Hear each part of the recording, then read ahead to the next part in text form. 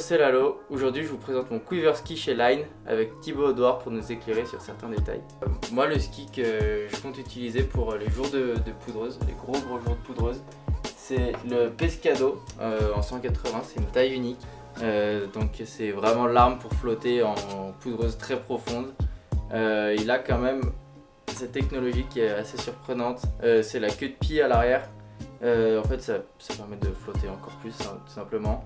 Et il fonctionne aussi assez bien en piste étonnamment. Donc ça c'est l'arme que je vais prendre pour les gros jours de poudre avec les copains en station. Donc le Pescado, comme tu l'as très bien dit, c'est plutôt le jouet. Donc là on va avoir vraiment un 125 au patin avec cette fameuse queue de pie qui vous a présenté. Alors pourquoi cette queue de pie? Line, on a toujours prôné le ski plutôt alternatif, et à l'époque c'est Eric Pollard qui a développé ce prototype il y a quelques années chez nous, et du coup c'est l'héritage de chez Line, et on essaye de conserver ces modèles alternatifs pour pouvoir vraiment s'amuser et s'exprimer en neige fraîche comme un sorte de jouet. Donc la queue de pie va nous permettre de basculer le tail dans la neige profonde. C'est pour ça que sur ce ski on est sur une monotaille, donc c'est un 180. On ne l'a pas fait plus grand parce que ça ne fonctionne pas, on ne fait pas plus court parce que ça ne fonctionne pas non plus. C'est vraiment sur cette taille qui fonctionne, peu importe la taille, même si Lalo est grand, il va se régaler sur ce ski. Même si vous êtes plus petit, vous vous régalerez sur ce ski. Le rocker n'est pas trop prononcé, c'est aussi pour ça qu'on est resté sur un 180. C'est pas une banane comme on peut avoir sur un ski freeride, comme sur un Vision 118 ou sur un Sig Day. Donc largeur en spatule, mais rocker progressif, pas trop prononcé. La spatule est très large, donc elle va nous permettre, quand le ski va basculer en arrière sur le swallow pour ressortir le nose en neige fraîche, d'avoir vraiment cette sensation, comme tu le disais tout à l'heure, de flottaison, de liberté sur neige fraîche. Donc on peut aller en forêt, on peut pivoter sur des grands couloirs, on peut vraiment s'amuser partout, tourner ultra rapidement. Et comme tu disais, sur piste, malgré son 125 au patin, il a un rayon de courbe qui est assez court, il me semble que c'est entre 20 et 21. Donc c'est un ski qui se pilote assez facilement. La différence par rapport aux autres, c'est que c'est vraiment ce côté jouabilité, largeur, programme un peu court, donc on est vraiment inspiré sur des glisses comme le snowboard. D'ailleurs en termes de look ça y ressemble très fortement, donc on se rapproche d'une glisse snowboard en journée poudreuse. Le Sig Day 104 qui va être mon ski de compétition. Comme tous mes autres skis, ici les fixations sont montées à plus 2 du centre recommandé.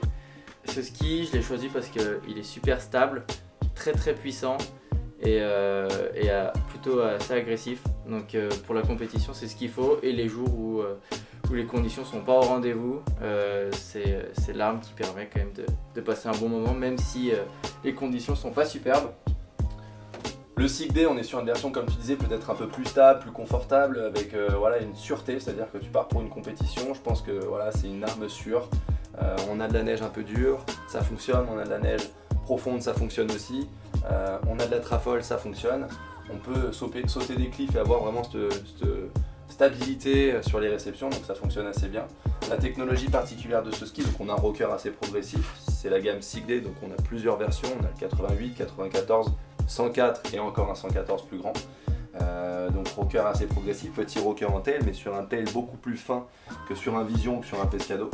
La petite particularité, c'est qu'on a la technologie Magic Finger à l'intérieur, donc c'est 5 tiges de carbone tressées qui vont traverser le ski du nose jusqu'au tail pour lui donner vraiment, comme tu disais, ce côté dynamique, puissant, qu'on aura peut-être un petit peu moins sur tes autres skis. Le Vision 118, celui-là il est surtout axé backcountry, parce qu'il a quand même un talon qui est plus présent, déjà parce qu'il n'est pas coupé en queue de pie, et parce que aussi il est plus long, il est en 189 cm de longueur. Il va permettre de faire beaucoup de réceptions dans la poudreuse. Il a quand même un rocker à l'arrière, donc on peut même tenter des réceptions en switch. Ce ski, je vais beaucoup m'en servir pour trickser dans les bonnes journées de poudre, ou pour les jours où je vais filmer pour mon film dans des bonnes conditions aussi.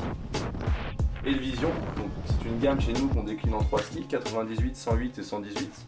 Donc sur celui-ci on est sur 1,9 kg, c'est pas le plus light.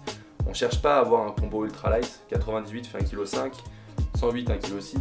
Le but c'est d'avoir une possibilité de pouvoir le monter en freerando. Lalo a décidé sur ses compètes de le fixer avec une fixe alpine, ce qui est complètement normal, pour avoir justement cette sécurité sur les barres que tu sauteras, que tu trixeras.